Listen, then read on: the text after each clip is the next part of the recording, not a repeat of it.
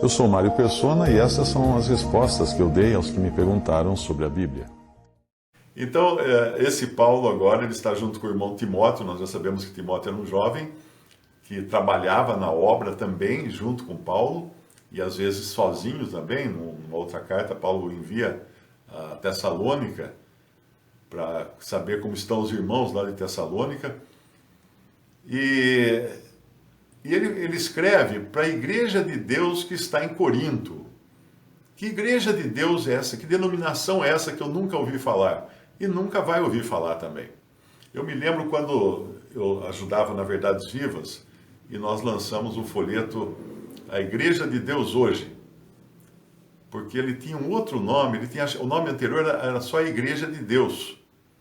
E o problema é que confundia muito, as pessoas achavam que Igreja de Deus era uma denominação.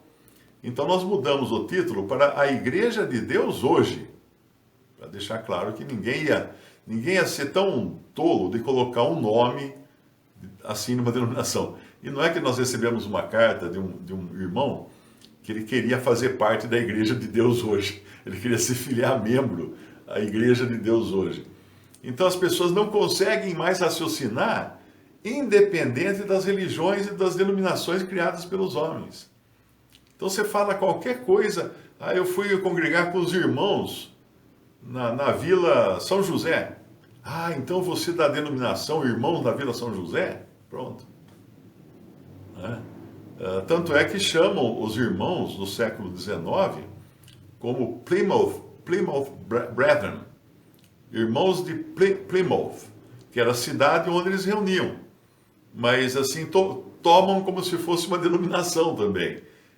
Então, não dá para mudar a cabeça das pessoas se elas não entendem o que a Bíblia ensina sobre a igreja. Então ele está aqui pela vontade de Deus escrevendo a igreja de Deus que está em Corinto. Como assim está em Corinto? Porque a igreja de Deus é uma. E ela estava em Corinto, ela estava em Éfeso, ela estava em Roma, ela está nas diferentes cidades do mundo. É a única igreja de Deus que existe. Só existe uma igreja, porque inclusive ela pertence a Deus. Ela não pertence a uma junta de missões. Eu até peguei uma notícia aí a respeito de uma denominação. Eu nem lembro o que era a notícia, mas era tipo assim, a denominação, o Conselho Central Superior, lá de cima do topo da pirâmide da denominação, tomou uma decisão. E agora muitos dos membros dessa denominação estão contestando essa decisão que esse Conselho Superior Presidencial, sei lá como é que chama, tomou. Porque essas igrejas são sistemas de homens. Então, quando você entra para um sistema de homem, é como um clube.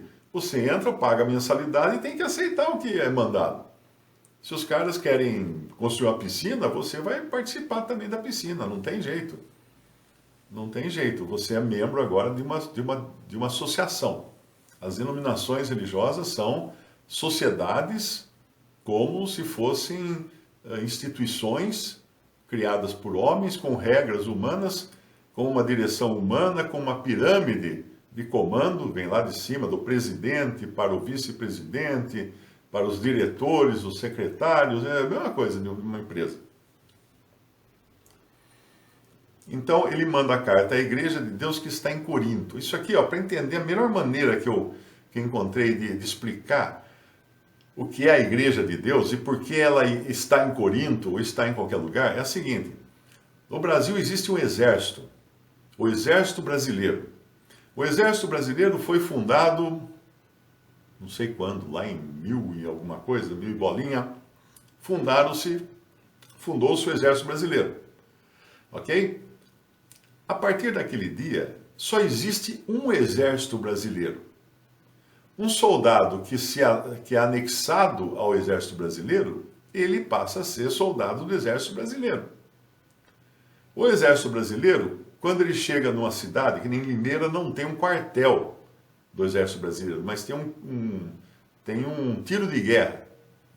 Acho que chama tiro de guerra, né? Tem um tiro de guerra.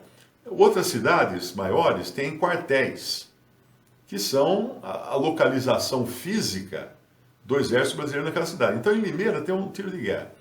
Eu não sei quantos soldados tem no tiro de guerra, mas vamos dizer que se tiver 2 ou 3 soldados apenas, o exército brasileiro está ali. É como se o comandante escrevesse ao exército brasileiro que está em Limeira. 2 ou 3 soldados apenas vão receber essa carta. Mas eles são o exército brasileiro.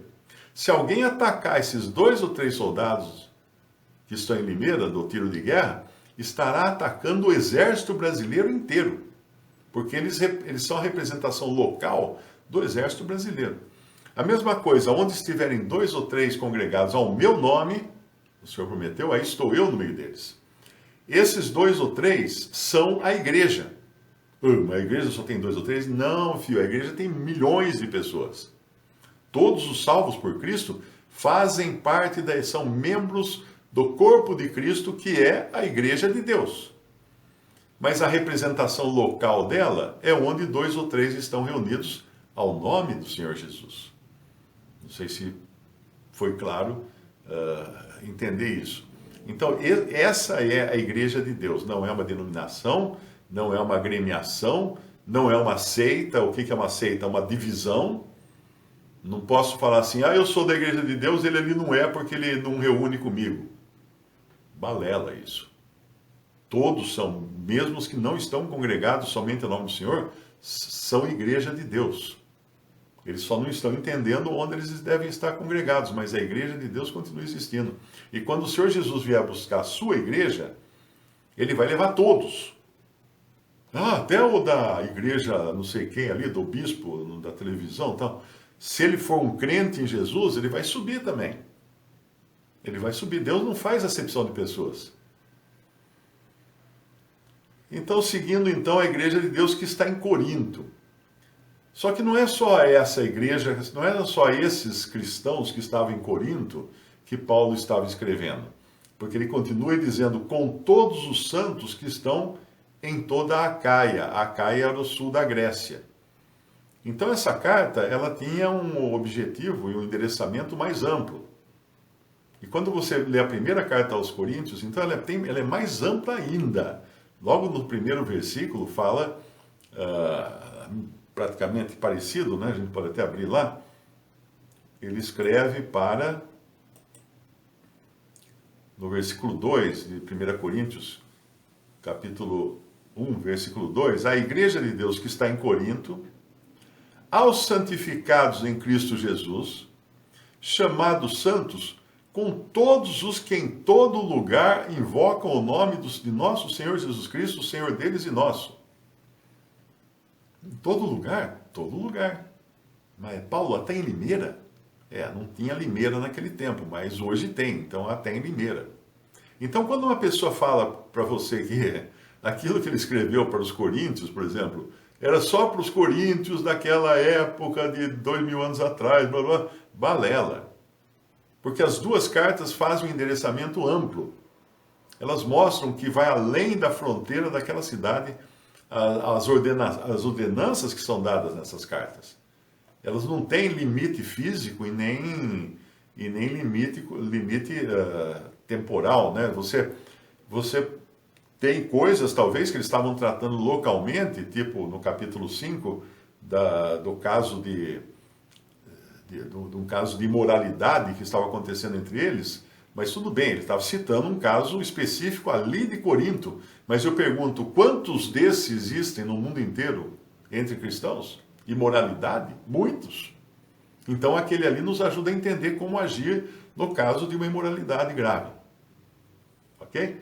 Agora aqui, voltando lá para 2 Coríntios, então as cartas são sim muito mais amplas do que alguns querem acreditar e tentar neutralizar as ordenanças dadas nas cartas. Quando a pessoa não fala que é porque Paulo não gostava de mulher, ou porque Paulo era um solteirão recalcado, ou porque aquilo ali era só para os costumes da época, ou porque naquela igreja tinha muitas prostitutas que precisavam rapar a cabeça, e depois tinha que cobrir a cabeça com véu. Então, quando você escuta esse tipo de argumento, sorria.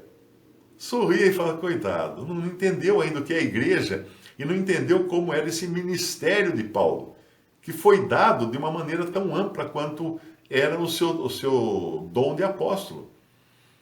Porque apóstolos, apóstolos, profetas, evangelistas, doutores e mestres eram dons universais, não eram dons locais.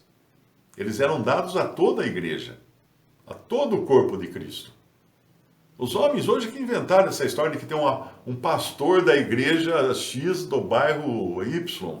Não existe isso. O dom de pastor é um dom universal, ele é pastor onde ele for. O dom de profeta era dom universal, o dom de apóstolo era dom universal. O dom de evangelista é um dom universal, e esse ainda permanece hoje, ele é evangelista onde ele for, e o dom de mestre é a mesma coisa. As atribuições locais são dadas, por exemplo, para os anciãos. Anciãos ou bispos ou presbíteros, é a mesma coisa com diferentes nomes. Esse sim tem autoridade local, ele é ancião local, ele não pode se meter nas questões da assembleia da cidade vizinha, porque ele tem, a sua autoridade é local. Tinha os bispos e os diáconos também não eram dons esses, eram ofícios, mas ofícios locais. Então é muito grave quando irmãos responsáveis de uma assembleia local tentam se esmicuir lá, se intrometer nos assuntos de uma assembleia vizinha, de outra cidade. Não podem.